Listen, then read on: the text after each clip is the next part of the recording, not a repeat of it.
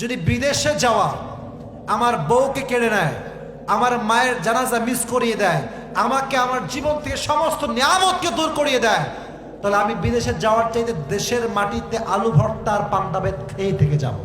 বিয়ে করে বিদেশ যাওয়া যাবে কিনা? যাবে। যদি গিয়ে আপনি আবার সময় মতো সময় দিতে পারেন তাহলে যাওয়া যাবে। আর গিয়ে আপনি 10 বছর থাকবেন, 8 বছর থাকবেন, আপনার বউ পরকীয়া ইচ্ছা মতো করবে, এটা কখনো যাওয়া জায়েজ হতে পারে না। এত আসতে কেন? জোরে বলো ঠিক কিনা যুবক ভাইরা? 1 নাম্বার, সময় ঠিকঠাক রাখতে হবে। 2, বিদেশে যাওয়া কোনো অন্যায়ের কাজ নয়। যারা বিদেশে যায়, দে আর দ্য রেমিটেন্স ফাইটার। তারা বিদেশে আছে বলে আমাদের দেশের অর্থনৈতিক চাকা সচ্ছল আছে আজ অব্দি। ঠিক কিনা বলো যুবক ভাইরা? So we feel so proud of it. আমার গ্রামের অনেকেই গিয়েছে বিদেশে, কেউ দুবাই গিয়েছে, and some of them they are in Singapore, and some of them they are in America, and some of them they are in London. যে গিয়েছে, এক একজন এক এক দেশে আছে। আমরা এটা গর্ববোধ করি, বাট আমাদের মাথায় রাখতে হবে, যদি বিদেশে যাওয়া আমার বউকে কেড়ে নেয়, আমার মায়ের জানাজা মিস করিয়ে দেয়, আমাকে আমার জীবন থেকে সমস্ত নিয়ামতকে দূর করিয়ে দেয়, তাহলে আমি বিদেশে যাওয়ার চাইতে দেশের মাটিতে আলু ভর্তা আর পান্তা ভাত খেয়ে থেকে যাব।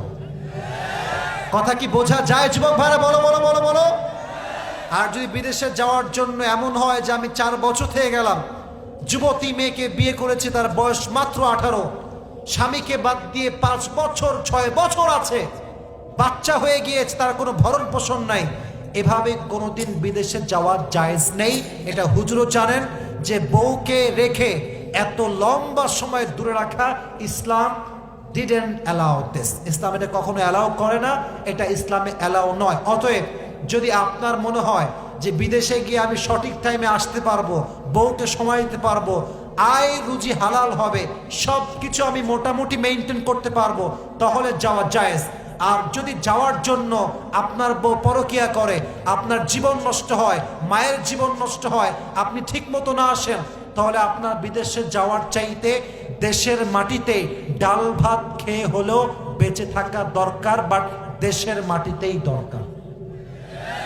বলে না যুবক ভাইয়ের কথা? ঠিক আছে যুবক ভাইরা, আল্লাহ আমাদের সবাইকে এটা বোঝার তৌফিক দান করুক। সকলেই মন খুলে পড়া আমিন।